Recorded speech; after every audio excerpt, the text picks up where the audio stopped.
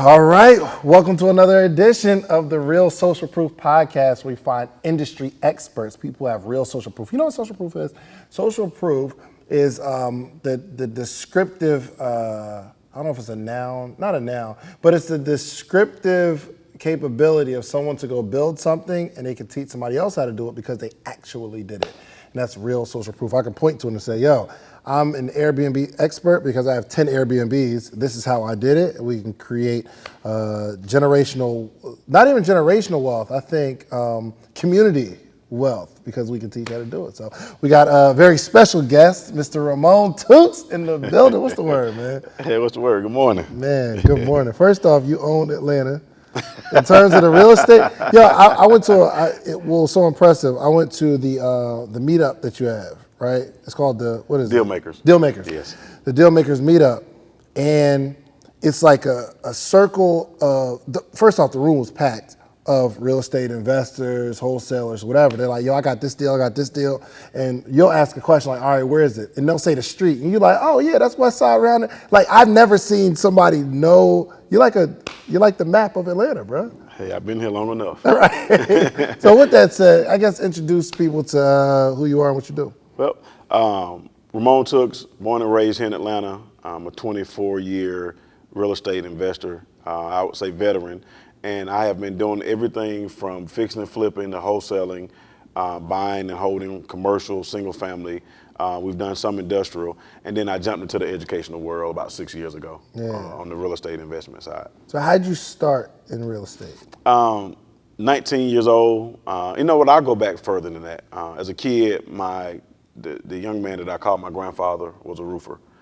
For one of the biggest roofing companies. So I would see buildings and I can remember like loving buildings. Like they put the roof on the top of the Westin, it used to be called the Peachtree Plaza. And we would go there on a regular basis and we would walk out and just look over the city. And I would be like, I love it. And then he would have us doing jobs. But one of our neighbors who is still living now, a guy by the name of Mr. Johnny, owned a bunch of stuff in Kirkwood and East Lake. So what people see now, it wasn't what it was in the 80s. But he was buying what they call dollar houses back then. And so as kids in the neighborhood, he would be like, if you pull the carpet out, I'll give y'all $5. And you take $5 and go to the store, buy a honey bun, play with Pac-Man, Donkey Kong, you know what I mean? And so I saw that and I loved it. And so fast forward, my father, who also owned a bunch of real estate, with his various business, he always encouraged us. And so by the time I got 17, 18, he was like, hey, go get your real estate license. I need you to start buying some real estate. And then I was at Georgia State, and at 19, he was like, listen, you gotta go start doing something with real estate. I started from a different angle than most people. I started bird dogging, which is equivalent, kind of sort of what people are calling wholesaling now. It wasn't as organized. I meet Dave say, I need a house over on 123, in the Main Street area, and I would go find it. And then you give me a $500 to $1,000 referral fee, a bird dog fee. So bird dog is, you tell me like what you're looking for, and you just go find it. Go find it. And you don't know the owner or anything. You just give them the address, or So with bird dogging, I give you all the information, right? We were a little bit more aggressive, which is why we had more success because I would go find the owner. I'm gonna knock on your door. A lot of people wouldn't do it in those neighborhoods because we still stayed within that inside the 285 parameter. You got to think in the 90s. Before the Olympics, right when the Olympics hit, Atlanta was still rough inside of 285. We still had all the housing projects. We still had Techwood and Eastlake. We had all of them. So it was still, Kirkwood wasn't Kirkwood. West End was definitely not the West End, what you see now. And so we would just go find it and you give me a referral fee. Once you close it, you give me my money. Gotcha. So how long did you do that until you realized, So first year, we probably did, 15, 16 deals, which was bird dogging. Bird dogging, yeah. So you go find the deal, bring it back to somebody else, they close on it. They close it, give me my check. Yeah. Second year, we did 100 deals. I knew it was something right then. So it made over 100 grand the second year. I was still 19, 20-ish. Yeah. And then third year is when we started to buy ourselves, getting hard money loans. When you say us, was it a team? So just, me and my buddies. So a couple of me and my buddies. And we had some good guidance. Like my dad, again, he was around. I knew other folks that had been buying inside the city. Yeah. But it wasn't as organized as what we see now. But they was telling us, go ahead and buy. So we were buying stuff and then renting it. It wasn't, fixing and flipping wasn't as sexy. Nobody wanted to live. We thought about only tenants in the city. And this night, is this 96, 97, 96, 98? 97. Then the Olympics happened. The Olympics 96. 96. Gotcha. But Okay. the aftermath, people from the world saw it, and so then you start getting calls from people like, "Hey, I heard you was a good bird dog. I want something. I want this building." Oh, wow. The tax people start coming in and saying, "Hey, we want," and so our team just started growing. Fast forward from 97 to probably 99, 2000. That's when the fix and flip stuff started really happening. We had rental properties before, then we started fixing and flipping, buying multi-units. And it was easy because the hard money lenders at that time, they were expensive, but they didn't require us to bring money to the table, most of them. So explain what the hard money lender is. So hard money lender is a short-term, higher interest lender. They do it based on the asset most of the time. And they're only giving you a year, maybe, then it was a year to 3 years, 35 months. It was some kind of rule they had. But they're giving you enough money to purchase and then to fix up the property, right? To Now they renovate give the you property. 6 months.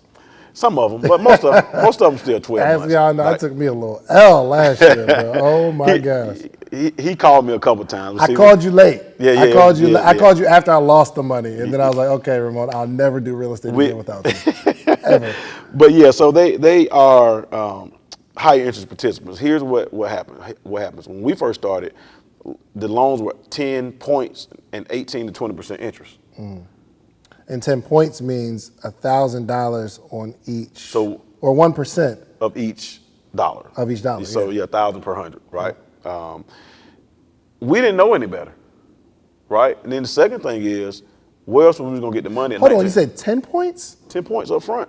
They charge you 10 points. So if I borrow 100,000, I got you 10 grand off top. That's off top. Off top. And then the Yikes. 18 to 20% interest. But let me tell you this though. One, we didn't know any better. Two, at 19 and 20, where else was I gonna get that money? Yeah. Right?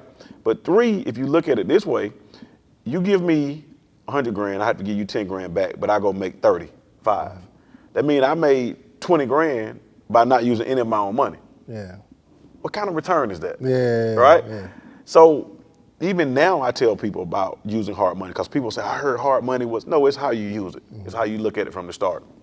So, I'll go back to like 99, 2000. We started fixing and flipping in Kirkwood, right? And then we had a very, very good run, man. And I would say from 12 months until people forget about 9/11 caused a wrinkle. Yeah. 9/11 was like what it is now. We didn't know what was gonna happen. We didn't know how we was gonna recover. Remember things just stopped, Wall Street, the loans. How long was that? Yeah, it might have been 6 months. Dang. Oh, so when you come in here, you talking about the Corona joint. You're like, I've been through when the money stopped. It stopped.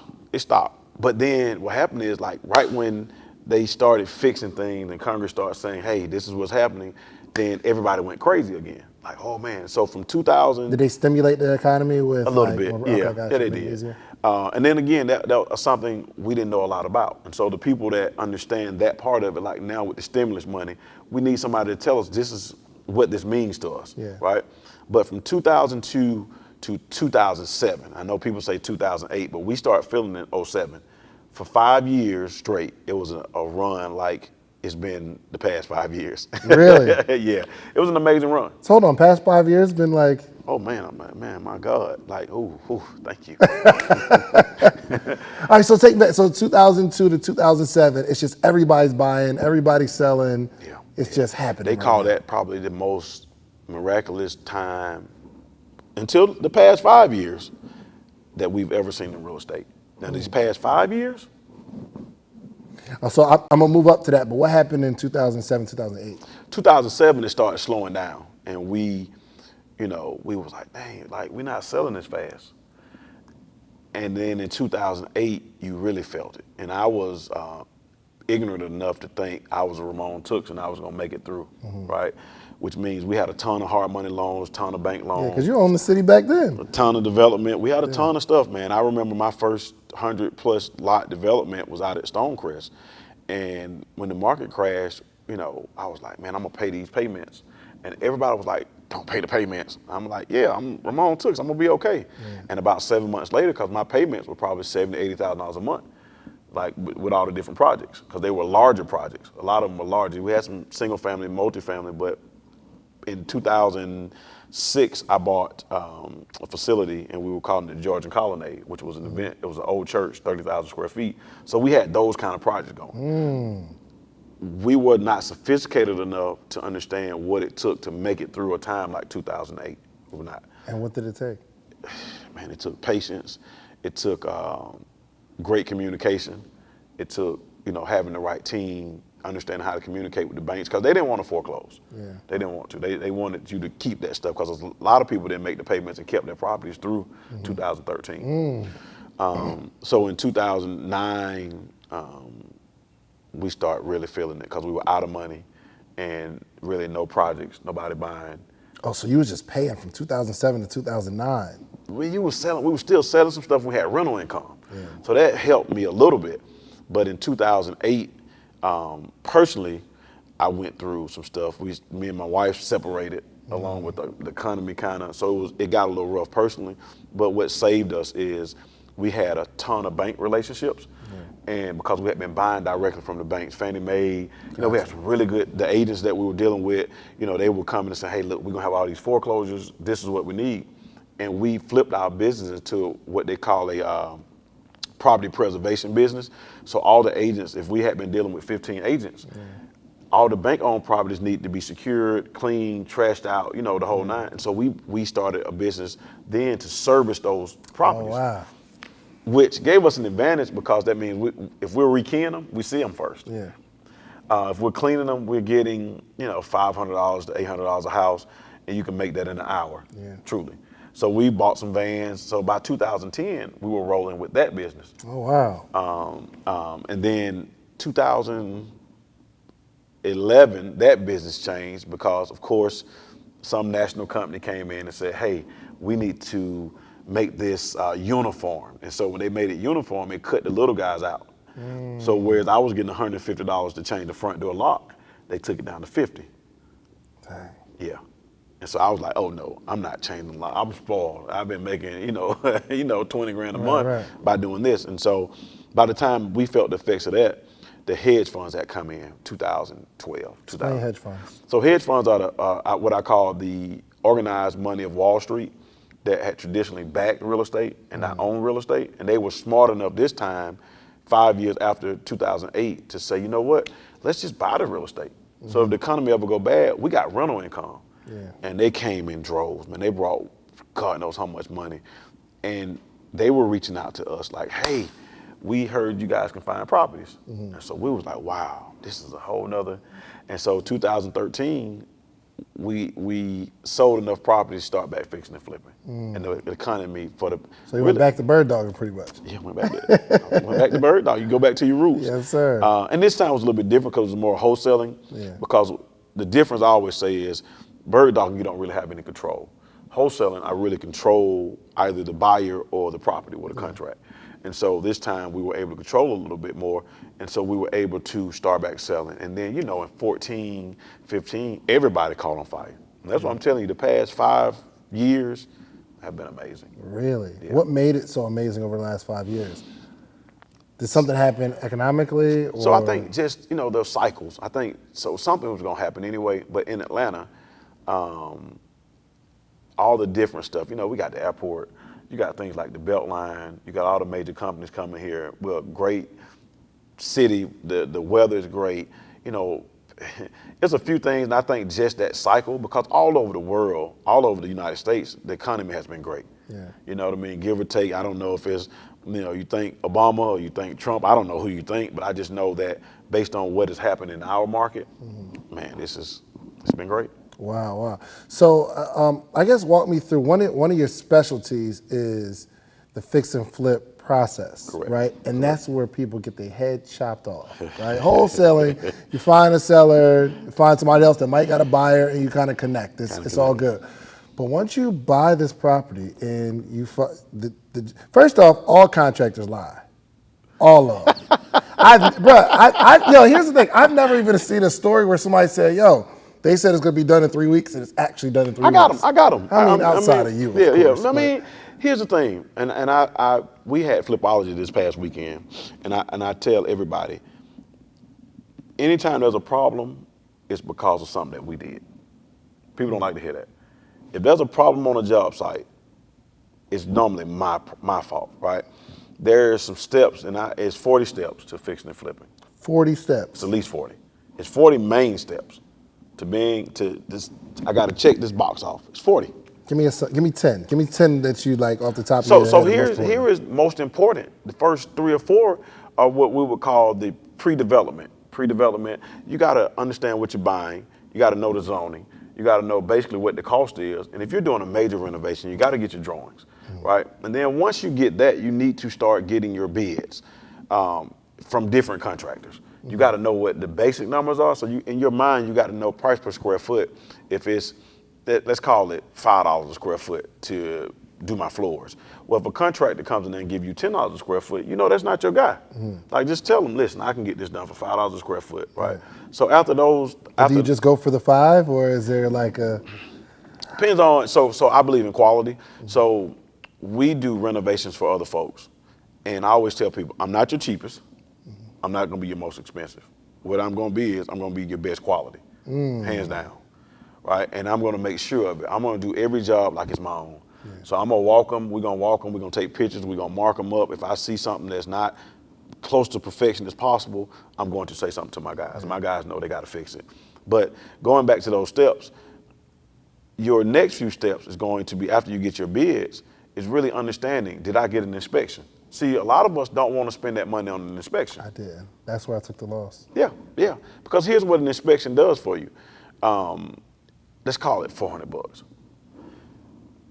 $400 will tell me either we're right about the repairs that's needed, or we're wrong. If I'm right, $400. I know. I got my pictures. Right? If I'm wrong, then I can go back and say, okay, here is why I go renegotiate with the seller and say, hey, man, you got a foundation issue that we didn't see.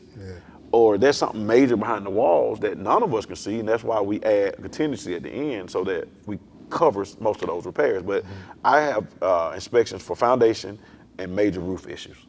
Everything else, it shouldn't be a big issue with it, right? I had a big issue though. Like, it was like I'm talking about, like, everything was home done by my man. Like, it was just. So if it was behind the wall and the power wasn't on, at the end of my 40 steps, when we're doing our budget, when we're doing the budget, I add a 10% contingency. So that means my budget is 100. My true budget is 110. Gotcha. If I have to go into the 10, right, that's cool. If I don't have to go into the 10, that's even better. And then I don't tell my contractor my budget's 110. Matter of fact, I don't ever tell them what my budget is. They have to tell me. Right. Because you tell them it's 100, they're going to spend 100. But in your head, you know it's going to be 100. Obviously, knowing what you're doing. If I'm doing a renovation, there is something behind the wall. Yeah. Simple as that. But next few steps, once we get that inspection, is really to go back and go over to make sure our numbers are tight. Then from there, you just check off, does this house need a roof? If it needs a roof, if it doesn't need it, just check it off and say nope. Inspection said no, roof is 2 or 3 years old. If I'm doing a true fix and flip, don't patch a roof. Because what's gonna happen is somebody like me is gonna be down the street doing a renovation, and you're gonna be doing one, and you're gonna leave a 7-year-old roof up there. And we know when they're 7 years. A homeowner walks up and says, oh my God, that roof down there is so black and pretty. This roof has some gray spots, right? So do your best job. When you do your best job, if I replace my roof, I paint my outside and do a nice landscaping job, that's all you can do to the outside. Everybody's inside looks just alike right now. There's no difference. Right. It's just how you do it. Do I paint the cracks? Do I, put a fireplace in? It's how you do it. Everything else is the same. Gotcha. So now we run the 40 steps. It's just a checklist. Is the electrical updated? You know what I mean? Is the plumbing? Is it PVC? Is it copper? Is it cast iron? If it's cast iron, change it. What kind of floors do I have? I don't believe in carpet in houses over $250,000.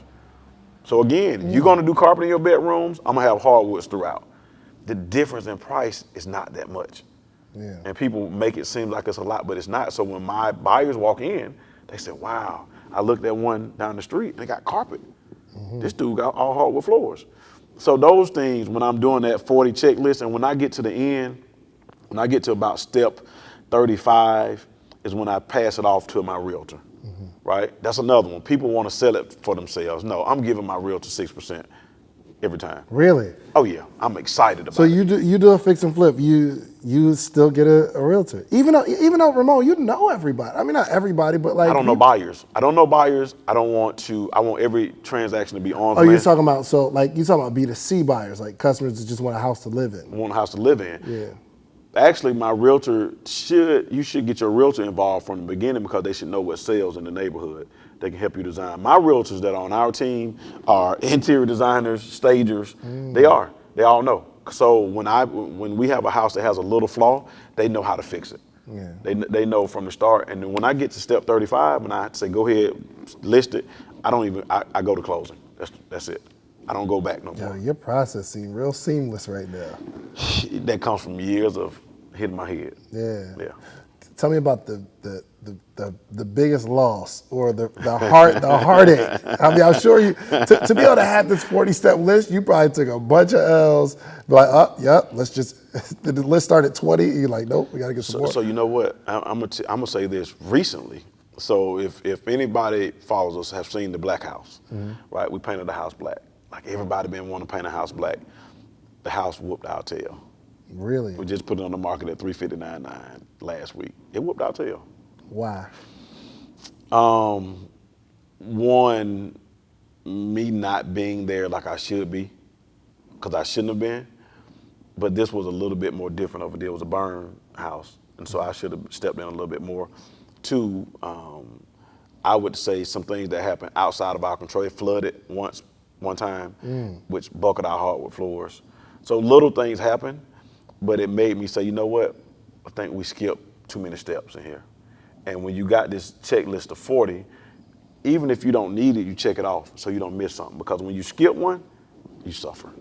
Oh, yeah, I need to see this list. I got it. Goodness I got gracious. So you skip one of the things on your own list in that joint. Oh, and you feel it. You feel it. Ooh, do you feel it? You feel it every time, no matter who you are. So, you know, a lot of times when we're doing this business, we feel like, oh man, I've been doing this 20 years and, you know, I'm gonna skip this step, like the inspection. I don't go in attics and I don't go in crawl spaces. So even if I did, I don't know what I'm looking at. Yeah. I mean, I can tell you, okay, now something bowing, something wrong with that, right? If I look in a crawl space and I see something sagging or some pipes going under, I know something's wrong with that. But to truly have an accurate picture, I need to spend the $400. Gotcha. That way, when we start talking about scaling, I can renovate a house in Hawaii right now, and I can. Because if I got inspectors on my team that's gonna go by and check the process out, people talk about contractors. I control contractors, and you control them with monies and paperwork. Yeah. You know, I'm not paying you up front. Yeah. See, that's like the horror stories that I hear is somebody giving a contractor their money up front. Right. You gave them 40 grand for what to start a job? Right. But I tell people, if you're on our team, here's the easy process. Bring us on board or learn the process. We charge 10% management fee, right? So it's cost plus 10%. You're gonna pay that to anybody that's worth anything. 10% of the Total project. in terms of if it costs $30,000 To renovate, we're gonna charge 10%. $3,000. Okay, not 10% of the deal. No, not 10%, Okay, gotcha. of the construction side, Gotcha. right? But here's what we teach people. We buy your own material. Why are you paying a contractor to buy your material from Home Depot? Yeah. I've never understood that. So if you're buying your own material, the contractor doesn't make money. So really you're focused on labor costs. Yeah. If your contractor doesn't do something right on Friday, he doesn't get paid. He knows it up front. I'm not paying you to pay your crew to do the work. Just not gonna happen. Like it or not. And everybody understands that, because if I got a job from the US government, a $10 million contract, they're not going to give me $2 million up front. Right. So why would we work any other kind of way? Yeah. So that's probably the biggest mistake, making sure that we have an inspector on our team to watch those jobs, and not, you on the job site like, oh my God, every Friday. You don't know what you're looking at. Yeah. No. So that's probably the biggest mistake we all make. Okay. So Somebody is wanting to get into real estate. Okay, let's just say I got $2,000 sitting around. I'm trying to figure out what to do with it. You said you got how much? I got $2,000. I got I'ma tell you- $2,000. What do I do? You need to use that to buy some more online courses. Okay, that's a start. That's a so start. let me say this. You got $2,000. One is getting your business in line. Two, I'm not going to tell you wholesaling because, I have this argument with wholesalers. Is wholesaling the easiest way to get started in real estate? No. No. What is? No. Buying and holding, rental properties, easiest way. Wholesaling as a business is not the easiest way. Wholesaling as a hustle is the easiest way. It's two different things. So wholesaling as a hustle means, and we teach people this, show up to deal makers, tell us what you're looking for, see who's in there, take one of those deals, and then you run with it. But you can't get any KPIs from that, key performance indicators. You hear people talk about that. You really can't scale that, right? When you start talking about wholesaling as a business, when you got virtual assistants, you got telephone lines going, you got mailers going out, that takes more than $2,000. Right now, if you got $2,000 and you dump it into wholesaling as a business, you're probably going to fail. 99% of them fail anyway. So can I get into buy and hold with $2,000? Yeah. How so? So credit's going to be a factor. Now, if you got bad credit, no. But yes. Gotcha. Right, and I'm always say, because there's so many creative ways to get involved in real estate. Yeah. So if you got $2,000 and you got decent credit, there's some business credit cards, people. There's some business funding out here where you can go and get that business funding. Now I can go get you 40, 50 grand. Stop listening to the people that say they can get you 150 grand, because that's not normal. They can get you 40 or 50 grand, which is a good start. Yeah. Right? You can take that 40 or 50 grand. You can partner it with, if you got good credit. Now I'm just talking about good credit folks, 660 and above, really 700 and above. You take that and you partner that with a hard money loan or some kind of bank funding, and then you go buy a property and then refinance and pull the money out. Right? So you got no money out of your pocket. We were creative enough to say, I got this money from a credit card with 0% interest, or you may have to get a term loan that's a little bit higher interest, but right now we can go get some 0% interest money for the first 6, 7, or 12 months, right? Take that money, use it for my down payment and carrying costs, and I'm gonna make it even better. Take that money for my down payment and operating money. If you got good credit, I can take you to Lowe's right now, or Home Depot, and get you a credit card. So now I can buy my material. Yep. I can partner my credit card money after I liquidate it with some hard money. We're working on what they call a draw system. So on Friday, whatever we're done, they come out and inspect it. The next Friday we get paid. So I'm not using any of my own money. And then I refinance and pay back that debt, pay off my credit card, and put a few dollars in my pocket and stick a tenant in there. Okay, so walk me through refinancing. And we hear it a lot, but what does refinancing mean, and can anybody just refinance their property? So no, anybody cannot refinance their property. That's truly going to be based on credit, right? But it's also based on numbers. So most people. So first off, if you want to get into real estate, fix your credit, pay your bills, get your credit right. Makes life a lot easier. It does. Right? Okay. It does. Okay, it gotcha. does. I know we talk about we can get you in, no money down, no credit, doesn't matter, right? That is wholesaling and creative real estate investing. There's some other ways that we can talk about them, but when you're refinancing, when you start talking about really growing, credit is important. Refinancing, you're normally going to get up to, when you're doing it the right way and not lying, because I don't want anybody lying on these apps. Please don't, because it can come back on you. But think about being able to refinance at 70 to 75% of what it's worth, right? Which means if you buy them right, you can at least, at a minimum, you can pay off the debt that you have. Now I got cash flow. Right? If somebody give you 80% loan, there's a bank here in Atlanta that just spoke at Flipology, and they just blew our mind. Like, it's a whole, they are wanting to throw money at everybody. Really? Oh yeah, we getting ready to test the water. Got to. Like, she came and said, listen, I promise y'all, I can do this. Explain what that means to me. So what she said is, she can do loans under 50,000, which is unheard of from a bank, right? On real estate. They can refinance, and there's no seasoning required, which means I can buy it today and refinance it by the end of the month, right? They're not even, and if I'm buying it, they're not going to season where our money come from. They just want to see I got $60,000 in my bank to go for the down payment, 30,000, whatever that number is. So again, I can get that money from their credit card, put it over here, and then go to them and get the funding. Unheard of. And this is a bank. This is not a broker. This is not a lender. This is a bank here in Atlanta. How do you get money off your credit card? You gotta liquidate it. How do you liquidate it? So different ways. The credit card guys that give the funding teach you how to liquidate it. One way is if you can have what I call a Stripe account, a Square account. You can liquidate your own money. Oh, got you. So you process the money through Just process the your money own... and pay a percentage. Yeah, got you. There's other people that talk different ways. I always say just when you're dealing with the credit card folks, just y'all had that conversation. What does it cost to really get that money off the credit cards? And then that may be a 3 or 4% cost, 3, 4, 5% cost to get it off. But you still got to pay the credit card interest rate, though. You gotta pay it. You gotta pay it. But here's the thing. Again, think about this.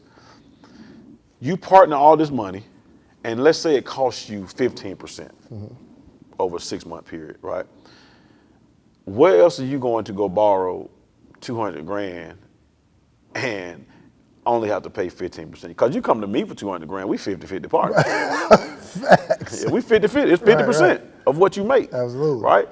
So I think folks have to start looking at the cost of losing the opportunity as opposed to the cost of the money when you're learning how to work with the money. And that's why you pay people to teach you how to work with the money. Because if people are like, oh my God, I wish I would have bought that. Oh my God, I wish I could buy that, right? No, you really don't. Because you do what it takes to get there. Even if it means repairing your credit, that costs something. So if you got $2,000 and got bad credit, let's go get your credit repaired. Yeah, for sure. But also learn how to partner with people, because if I came to you, Dave, and I got this great deal, oh man, we got this deal in the West End at 65 cents on the dollar, and I need $50,000. I can get the hard money loan, but I need $50,000 to make this work. Most people that got $50,000 are going to say, you know what, you're right, I'm gonna do this, we're gonna break bread on the end, I'm gonna make sure I carry you through this deal. You gotta manage that deal. So you gotta have a skill set. It didn't matter what my credit was like at that point. Then I take my profits and start investing back into me.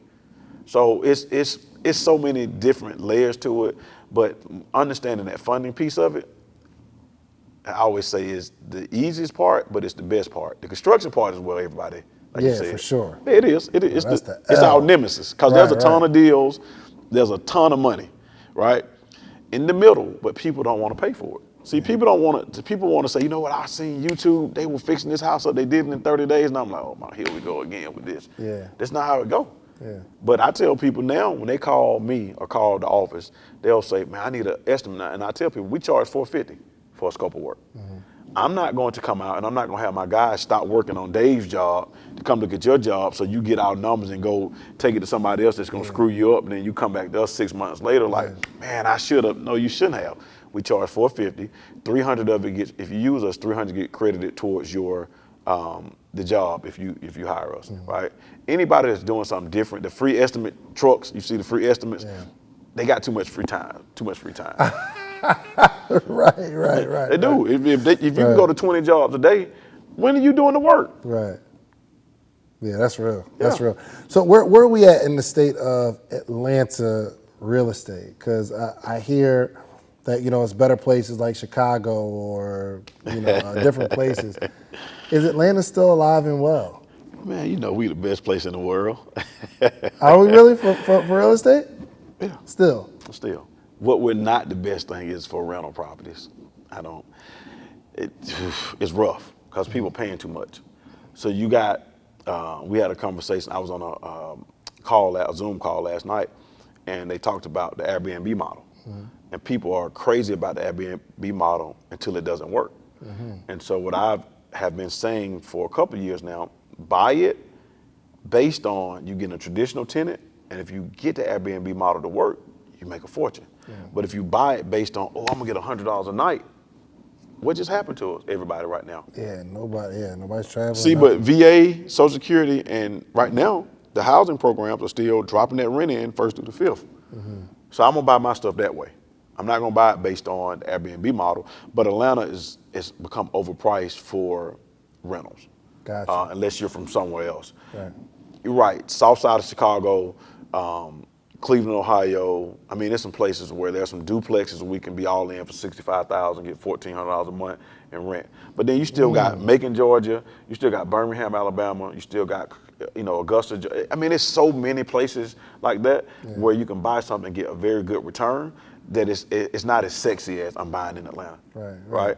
It's not sexy, but it's cool. Do you feel comfortable? Obviously, you know the game, but you don't necessarily have your team there. So, like, do you go out and do different things in California, New Jersey, Philly, whatever? You personally? So yeah, I do. So it's not. I don't care who the team is, because people screw up. It's the system. So you got to have a good property manager. You got to have some good ears, which means a good realtor somewhere around. Yeah. So like in Cleveland, for us, I'm just as strong in Cleveland as I am in Atlanta. Really? Yeah. Yeah. I got some partners there. I mean, they are awesome. I can call right now, and we would have looked at a house before I leave out of here, and I would have a construction budget before I leave out of here. Same thing in Detroit. We're strong. So there's some cities where we're just as strong as we are in Atlanta. So you feel confident. Like, I don't have to go there. Yeah. I go to projects just because I like real estate. Yeah. But I truly don't have, like they told me this morning, like, don't go, we're gonna go take the pictures. No, I'm going because I just I don't want to be in the house. Like, Right. I want to get out and get some sunshine. But when you build a team and a system, the team, I go back, it's like the Patriots. The Patriots don't care that Tom Brady's leaving, but they do care because they got a system. Yeah. Right? They feel like they're still going to win because we got a great leader and we got a great system. And your system with any city is the same. You know what I mean? Use those 40 steps, get my inspections, and have somebody that you can trust. Gotcha. So Atlanta is the best city in the world for what? Living. In real estate. Oh, I'm sorry. Oh yeah, that's a fact. That's a fact. But in real estate. So I believe fixing and flipping, new construction, it's one of the best. I mean, it's a lot of great cities, especially when you're in a great time, right? It's all relative because there's some people, most people like Atlanta, but there's some people that are okay with California returns. There's some people that's okay with New York or Seattle or Hawaii returns. For us, it doesn't make sense. Yeah. For me, being under 300,000 for most properties, you know, in Metro Atlanta is a good number, under 300,000, and we're making a 10% return, which is about $30,000 a house. You're doing great. Gotcha. And people want to be here. So, you know, people talk about other cities, and I know I'm biased, but more people want to be in Atlanta than they do most cities. Yeah. Right? You got more people moving in.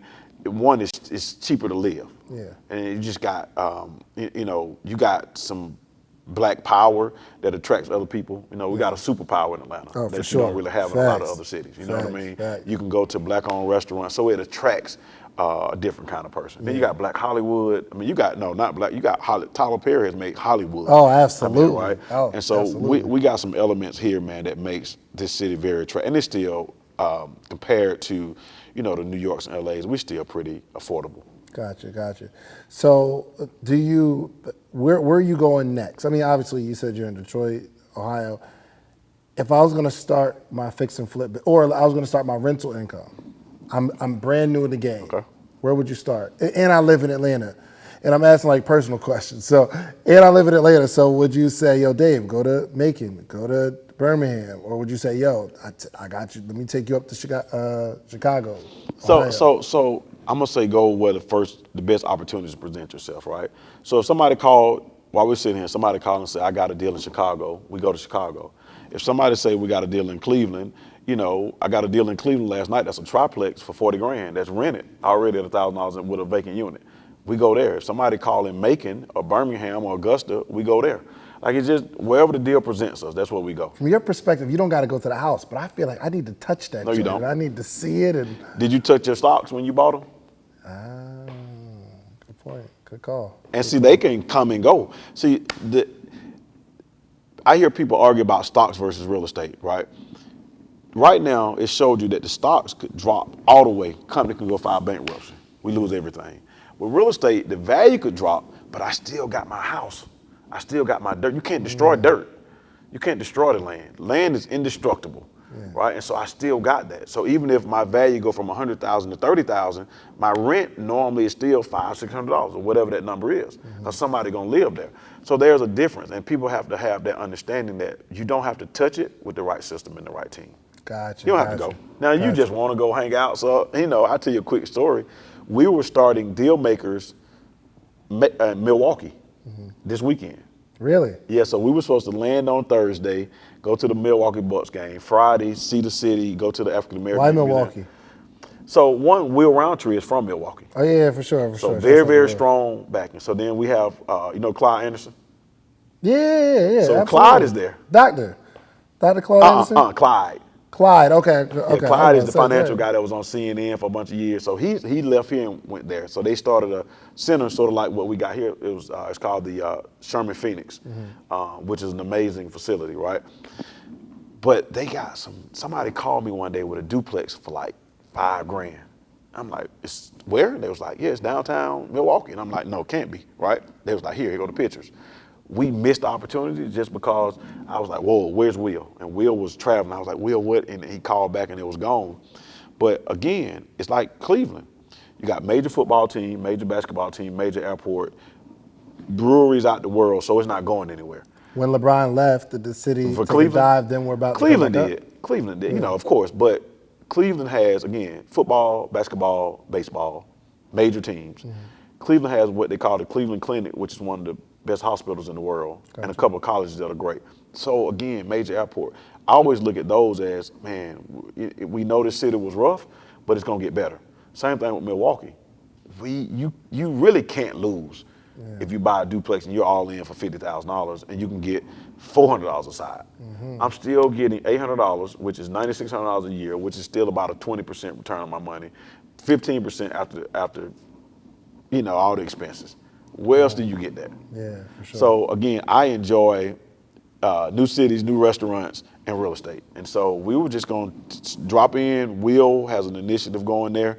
Drop in, and we were going to do deal makers every third Saturday morning from 10 to 12. Are you going to fly up? Huh? No.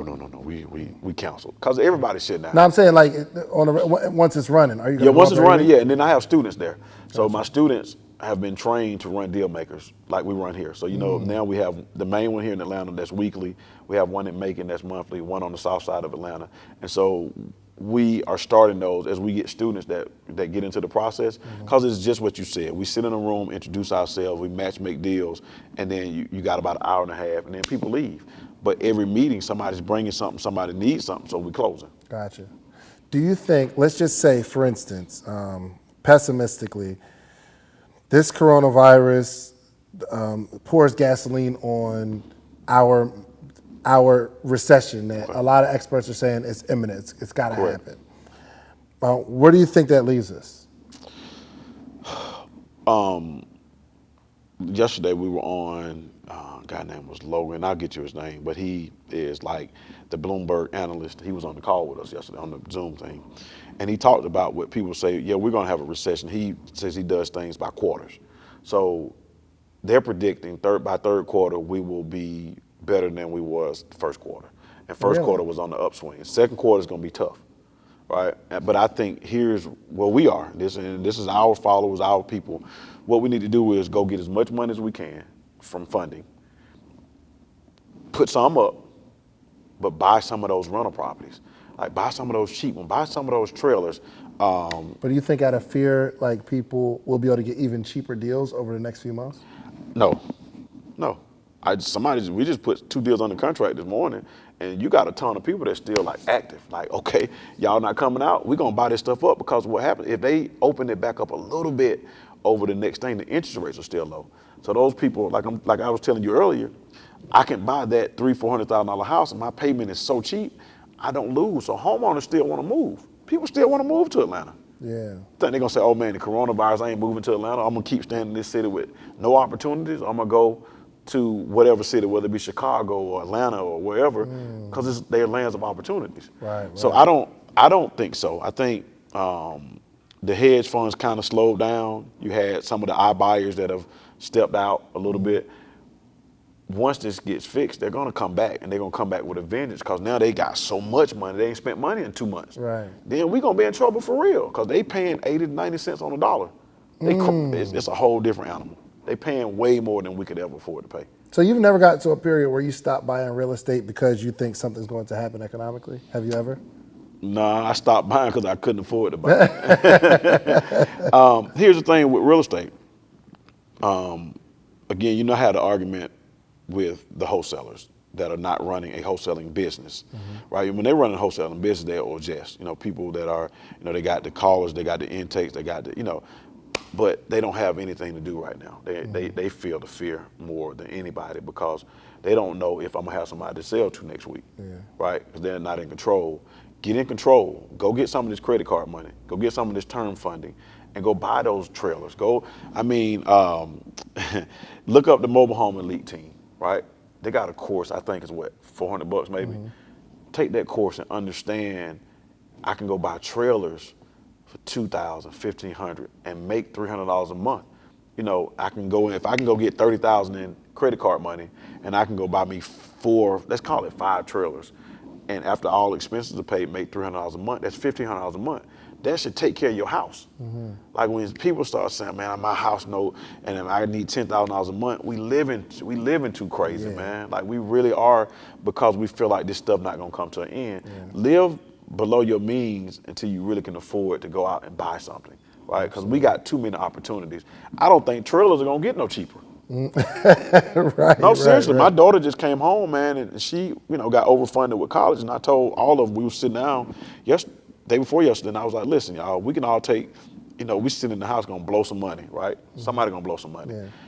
We're not going to buy no Jordans. We're not going, y'all know, but somebody sent me some trailers, 4 of them for $9,700. 2 of them rented, right? Now we missed 2 of them, but they were already at $9,700. 2 of them need repairs, but 2 of them were making $600 a month, or the rent was $600 minus the lot fees, Right.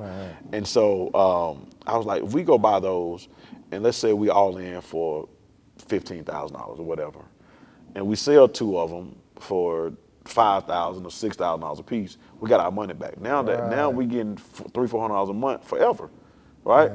That's the kind of stuff we got to do, and you can do it on somebody else's money.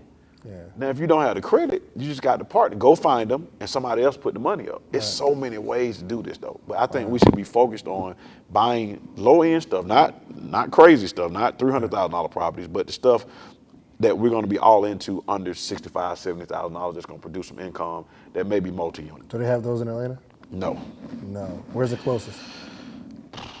Macon. Do you have Macon, Birmingham. Birmingham is heating up, Birmingham is on fire too. The reason why I think people like Cleveland is you got more multi-units. People like Pittsburgh, you got more Midwest, kind of, you got more multi-unit. Atlanta just don't have a lot of multi-units. Gotcha. Where's your eye at right now? Where are you? Are you like, yo, I'm trying to do multi-units, I'm trying to just buy up land. I know you have a very diverse portfolio, but like, do you have something like you really licking your chops on? Like, ooh, I'm an eagle, so I look at all of it. Yeah, we look at opportunities. So, we were down in, I told you about the stuff down in like Columbus, right? That's a funny market, but we got some multifamily we still working on down there. We love Cleveland, again, because we have a really strong team there, and there's some multifamily opportunity, man. There's so much of it. When you go, you're like, God, man, this is like amazing. Like, seriously, man. You love Detroit because Detroit, despite what happens with how the auto industry does, has probably some of the best architecture for real estate that I've ever seen in my life. Like with those brick duplexes and quads. And it's so many opportunities. It's so much land. You can buy vacant lots. Like we bought a duplex, and there's a rule in Detroit, if you buy this duplex and the lot behind it, the city owns it, they sell it to you for $100. So you bought a duplex and we got 2 lots for $100 a piece. Dang. So that means we can just, as a group, we can start going through blocks saying, okay, we own it, we don't own a finance to somebody, so you got homeowners, because you don't want all tenants down the street. You want some homeowners mixed in. So we got some amazing opportunities. Even if the economy crashed tomorrow, right? Buying a property for 20 grand, you're gonna be okay. 20, 30 grand, we will be okay. Right. Or a trailer for $2,500. Listen, we spend that eating out. Yeah, for sure. In a year, you spend $2,500 eating out. Easy. What? I mean, I got a Chick-fil-A. I got a Chick-fil-A habit that's bad. Wow. All right, so I want you to give because we went through somebody who has $2 grand. Let's say I got 10, I got 20. What do I do? It's really all about the same, though. You got to really, because 10 and 20 is not enough to do a deal unless you pool in with some people or other funding. Gotcha. Right, because I'll tell you why I say that. Let's call it, I got 50 grand, right? If I got 50 grand and I go get a hard money loan and they say bring 15% down, the average house here in Atlanta is probably 200 to 250, kind of the numbers you're gonna be in, the deals that we want. Yeah. So that means you're taking $30,000 to $35,000 down. Right. Payment's probably gonna be somewhere around $1,500 a month. So 6 months of that, that's 9 grand. So now I got about 10 grand to operate with. Right. That's all I got, so no error. So I'm still right on the cusp of being successful or failing. And that's if you got 50. If I got 50. Gotcha. So when people say I got 20, and again, come from experience, me pooling money together, 20 is not enough. Gotcha. What is enough? 20 is not enough to do a fix and flip. 20 is a good number if I'm gonna go buy some trailers, or if I'm gonna go do some rental units, right? If I'm coming to you like, yo, Ramon, I got X amount of dollars. What is the number that you would say, yo, I'll get you a bag with that? So I'm gonna give you a percentage, I'm not gonna give you a number. You need 35% of the project. That's a good rule of thumb. Yeah, you need about 35%. If you got 35%, we're gonna make it work. And the reason why I say that is because if you got 35% of 100 grand and the lender tell you to bring down 15 to 20 grand, I still got 6 months of notes and I got operating capital. Gotcha, because 50,000 in Atlanta is different than 50,000 in Detroit. For sure. Gotcha. For sure. Okay. Yeah. Gotcha. Yeah. Okay. All right, cool. So, I mean, you answer a lot of my questions as it pertains to real estate, but what is the mindset you need to have going into the deal? Because I know you get people that like get schizophrenic, like they just crazy. So number one, before you get into a deal, you really need to be prepared to understand what investing is, right? This is not trap money. Right? We're not gonna turn it tomorrow. Yeah. Right? And it's okay if you take 50,000 this year and you turn it into 75, and I mean in 12 months, right? That means I made 25,000 on one deal, I had 50,000. That's a 50% return. If somebody can show me where they're beating that return, then we need to all go where they're going. And you're still safe because I got this real estate. For sure. Right? If you take 50,000 this year and you make it, I don't know, let's say you only make 10,000. That's a 20% return. Yeah. It's beating every market, just about anything that we can think of. So when people look at it, they always see on TV, you got the lady, like they always joke, she's a school teacher, husband picked plums for a living, and they went and bought this deal, and they bought it for $700,000, and they put $32,000 in, and they sold it for $1.2 million. That stuff is TV. Right.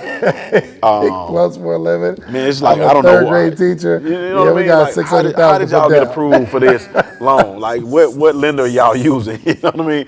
But it's not a 30-day return. I always tell people for minor renovations, paint carpet, in your mind, put 6 months. For major renovations, put 12 months. So if you're expecting that and it happens in 90 days or 6 months for the major renovation, that's a bonus. But if you're going into something like, man, I can only last for 90 days, don't go into that way, because now we're setting ourselves up for failure. And then it's okay to share. The biggest thing that we fail in, it's okay to share. It's okay to make $1,000 on a wholesale deal or referral deal. It's okay, I promise you.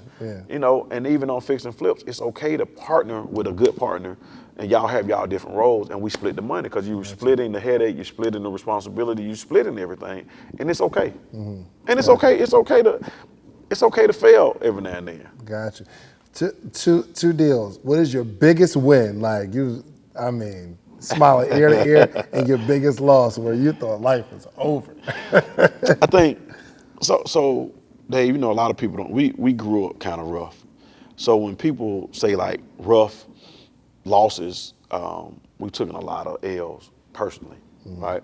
So when it's money, we were trained as kids, like we make money, money doesn't make us.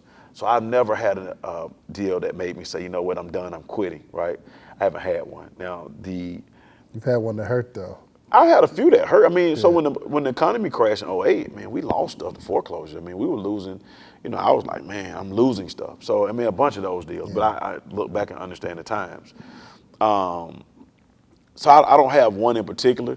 It's just experiences. Is it possible to get caught with your pants down again like that? Is there anything not you like can that, do? but it's gonna be some, it's gonna be some you have around, because I'm a risk taker. Right. You know what I mean? Gotcha. But I do believe in having more income producing properties, money coming in, more savings, not always being on the edge, you know what I mean? I think that'll do the trick for us. I mean, other than that, you're an investor. Yeah. So as an investor, we're going to take that risk. Or you can't have 1 foot in and 1 toe on the line. Like you got to go all in. Let's go. Yeah. And if it crashes, we're gonna make the adjustment. Like today, the past 2 days, I felt more relaxed than I felt in a long time because we're not scurrying around. We like, okay, I'm at the house, we doing Zoom calls, everybody excited, happy on a Zoom call, like what's next? Let's go get some money, let's go. Right now, the credit card companies are wide open. They like, y'all please take this money. Really? Increase your limits. Call them and see what they tell you today. Call one of them and be like, listen, I need to increase my limit. Watch what they do. Why though? Come on, man, they got, cause imagine if we all shut down our credit cards today. How they gonna make money? Call them and ask. Just call them, tease around, be like, listen, hey, I'm Dave the Dorito guy. You know who I am, right? But that's, so mindset wise, I say this as far as losing. Sometimes people ask me kind of like how we grew up, right? And I say we were truly fortunate. But when you look back, you're like, man, we must have been crazy because we didn't realize how bad it was, right? But we were also being trained to be tough. Also trained that, man, we're going to make money. We don't care what's happening. Yeah. Like my dad used to say, listen, if you get a job in my house, you're going to pay bills. But if you want to start a business, he encouraged all of us. Me and all my siblings are entrepreneurs, right? He encouraged us, if you want lawnmowers, I will buy you 20 lawnmowers. If you want a bus, we're going to go find out how to get us a bus. If you want a gas station, we're going to figure out how to. So he encouraged us, and we never had that fear. He used to say, I'm so afraid of y'all because all of y'all are like fearless, which is a good thing. You just got to calculate that fearlessness, right? So that's for me, like I haven't had something that make me want to quit. Like I haven't been like, That's oh man. deep. He said, if you want to get a job, you got to pay rent. Got to pay If bills. you want to start a business, I got you. I got you. I got like you, man. that. It's a beautiful thing, man. I hear him. Sometimes I'm driving, and I hear him because in 2001, I had amassed some rental properties, and I started selling them, going to the nightclub business, right?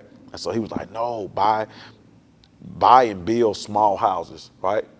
And I used to be like, nah, I don't want to do that. I ain't doing that. I ain't listen to him. And then years later, when I built one and it sold, I was like, God, I hear him. Like I hear him talking because my father passed in 2010. And I could hear him like, hey man, build that small house. So like even now when we're building these little tiny houses, kind of narrow houses, I hear my daddy talking to me. Like I'm like, wow, he on point. You know what I mean? So, All right, go ahead. so I had one deal, 2005, we bought this store we had been working on, and I remember we had to go get a ton of quitclaim deeds from different owners. And it was right in East Point, right at Cleveland What Avenue. are quick claim deeds? So quitclaim deeds so you got different levels of deeds, right? Warranty deed is, as a seller, I give you more guarantees of what you're getting from me. Quitclaim deed, I can quitclaim your house, right? I don't own nothing, so I'm really not giving you nothing but I can quitclaim anything. That's really cleaning up any kind of titles, any kind of ownership interest that I may have in it. But it's a building at the corner of Cleveland Avenue and Sylvan Road in Atlanta. Right now, if you go there, there's a Walmart sitting on the hill. Well, we had the piece of the property that we were buying, and we didn't know this, but it was a small strip center that had been closed down. Right. And so one of my bird dogs brought it to me, and then he brought me the land next to it. And so when was this? This was 2005. Gotcha. And so we were out getting ready to put this sign up, for sale or for lease, because I didn't care which way it went. If somebody wanted to lease it, we would fix it up for them. And this guy pulls up, and he was like, hey, do you own this? Man, we've been looking for the owner. I'm like, are we good? What's up? And he jumped out. He said, I want to buy it. And so, 2005, man, I was 32 years old. I guess 2005, what is this? No, I was 30. We had been making a ton of money. We got all the big boy cars out in front of every parking lot. We balling, right? Yes, sir.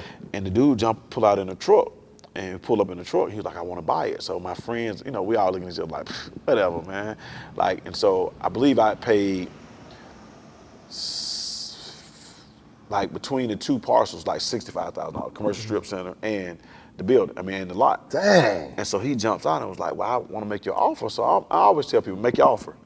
So dude was like, I'll give you 170 and we'll close it in a few weeks and I'll give you an earnest money check right here. So, normally I would have been like, man, just call me back later. I would have been cocky. So everybody looked like 170, you're gonna make it. So that was probably my largest, the easiest 6-figure deal, because we make 6 figures, right?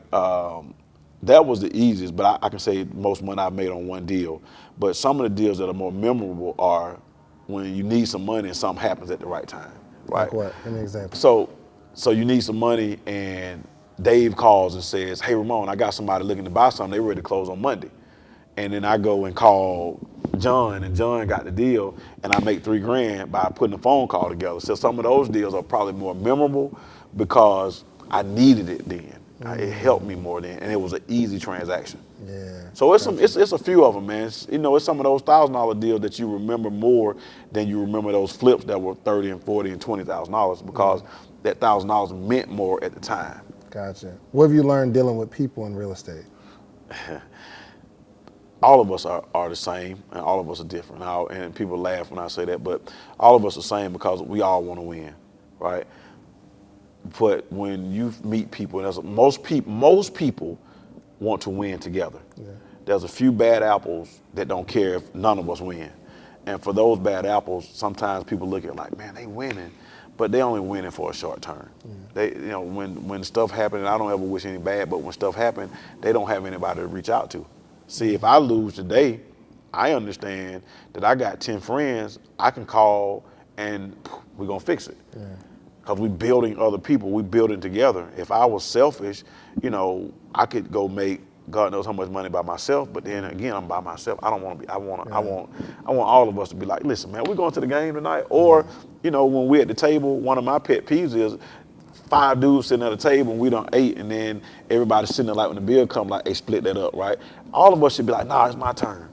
Because we all done okay this week or this month or this year. You know what I mean? So that when all of us can be in that position, man, it's a good thing. Awesome. All right, so I got just one more question. I like to make, for one, I want to appreciate you for coming on because I learned a whole lot just in this process, especially in my career as real estate, because I got my real estate license I actually got my real estate license in 2005 or 2008. Do you still have it? No. Why? I wasn't doing nothing with it. Okay. All right. Yeah. I sold a couple properties too, and me and my cousin, we went in on a triplex one time. We had it, and then I learned never to move your family in. Nah, don't move me in. Nah, we good. But you're gonna stay in the hotel. Sir, I learned that one. And then, recently had a situation with real estate. I've had a relationship with real estate, and I just want to. I feel it's. I'm older now. I'm more mature, and I really definitely. So we definitely going like. I'm not doing no real estate without you. Y'all can put that on camera. I'm not doing no real estate deals without Ramon. But I want to know. I like to make predictions on this podcast, and I want you to tell me where you feel like your business is going to be 5 to 10 years from now, so that we can look back on this and say, "Yo, Ramon said it 5 years ago, and look, he did it." So 5 years from now, I'll be 50 years old. And so all the things that I've learned up until this point, I want to automate stuff more. I want to grow a business more because we still been hustling a little bit, which means more governmental contracts, more on the construction side, because I love the construction piece, more commercial than we've ever done before. But then also, that's one piece of the business, but on the other side, making sure we've influenced enough people so that we've built people. You know what I mean? So in 5 years, I want to look up and say, you know what? We got 100 people that have done what we've done or better. Because I don't care if you're better than me. If we can make sure, we got some kids coming out of college at 22 years old, they went from home ownership to being investors and they're not stressing about living, then I feel like, we've done our job. So 5 years from now, that's what I want to be. I want to have a company that's running without me. Solid. You know what I mean? And when I say without me, that means if I want to go and be gone for a month, it doesn't depend on Ramon making a decision. Gotcha. You know what I mean? Yeah, so you're really good with your hands in terms of putting these deals together like piece of cake. Yes. And obviously you've been you got a lot of students that are killing it too. Yeah, we do. So I guess tell us about Flipology too, because how long you been running Flipology? So Flipology, we're going into year 6 now. So it's been 5 years. And Flipology, just like it sounds, science of flipping real estate. But it's not just fixing and flipping. We got different levels of it. So from wholesaling, so training people really how to build wealth through real estate. But what people associate Flipology with is the 101, the boot camp, which we just had this past weekend. And it's 2.5 days of nothing but information on how you build wealth. Not just flipping, but everything, how you build wealth. From all the funding to the fix, and I tell people how to estimate repairs. We bring in inspectors. We go out and look at properties. It is. I call it my baby because I really, really love everything about it, man. We were there. We had 25 speakers over the weekend. Oh wow. Yeah, I mean, when I tell you, people leaving there like, man, we're so tired, but we're so charged up. We give you what you need. Wow. And so that is for me, man, bringing in the right resources. So when you come to our event and you leave, you can say, you know what, it's all on me. Yeah. And I put it on you. I tell you, like, raise your hand if you're gonna do something within 30 days. I don't care if you got bad credit. If you're gonna go out and start working on your credit, we got a resource. If you got great credit, we got this resource. If, most people, man, don't understand it, that they got a 401k that they losing like crazy, and they could have rolled it over into an IRA and loaned themselves money, buy projects with it. Right. Most people have left jobs and left a 401k over there, and they ain't get no benefits from it. So those things, we bring in those resources so that when you are part of what we're doing, we give you everything. Like it's a beautiful thing. And I tell people, it's not because of me. If you see the caliber of people that are at Flipology speaking, it's like, man, wow, I love it. Absolutely. Because I'm in the back. I'm still taking, like, this time we had a guy, and I gotta introduce you to him, Jason Thomas. I want you to remember this name. Okay. He has a formula. And then, it's a business, but they show you how to pay your debt off, not pay smallest first, not pay he shows you how to skip loan payments, right? By triggering, if you pay a certain amount towards your principal, it skips interest payments. Oh, it's a beautiful thing, man. He was at Flipology, right? He's from Jamaica, and he comes over. I think he may be still in town, but just that alone was worth the ticket. Yeah. And people left knowing, okay, if I could pay my interest, I skipped 5 payments this year by paying this amount, and I put it on my card. Let's say my card was 20% interest, and I spent $4,000, but I skipped 6 payments that were $1,100. I just saved $4,000, right? And he shows you that. So that kind of people are at Flipology. That kind of education is there. And so that's why I always love how our team brings those people in. Because a lot of times they'll tell me who's coming, and I'm like, okay, I'll see it. But, like, that's life-changing. That's awesome. Well, I don't know when you guys are watching this, but he does the boot camp and Flipology all the time. Yeah. So I definitely want you to follow Ramon right now and just DM him like, yo, when's the next Flipology, or how can you help me? Right now we're in Corona season. What is it, March? So you got one coming up in July. Okay. But I don't know when you're watching this, but he's always doing them. He's been doing it for the last 6 years. He's going to be doing it for the next 6 years. So I guess let everybody know how they can get in touch with you. How can they connect with you? So I'm Ramon Tookes on all social medias. And I think that's the easiest way to connect with me. Then, if you DM me, send me a message, make a comment, I'm always looking at my stuff, so I always respond. It may be, the next morning, but I always respond. So shoot us a message, and my team members see it as well. So if they see somebody send something, they'll make sure we respond. Solid. Okay. Well, leave us with a inspirational word as it pertains to real estate, man. Because a lot of people that real estate is scary for them, man, because it's not like setting up a T-shirt brand where it costs a couple $100s to start, like, I print it and I see the product. This is a lot bigger. So what type of words of advice would you give to somebody? So I said it earlier, man. Do not continue to miss the opportunity, because the cost of missing the opportunity of owning some real estate is bigger than the risk that you're gonna take by buying it, especially when you're buying it with the right folks. You know what I mean? Even if we made a mistake and missed the mark on a deal, as long as we stay together, we'll be able to fix the deal. Because we've missed the mark sometimes, right? And we're moving too fast, we didn't do the checklist. But you have to own some real estate. I don't know if you know Sonya, but Sonya always says, he who owns real estate calls the shot. So, if I'm renting somewhere, I don't tell the neighbors what to do.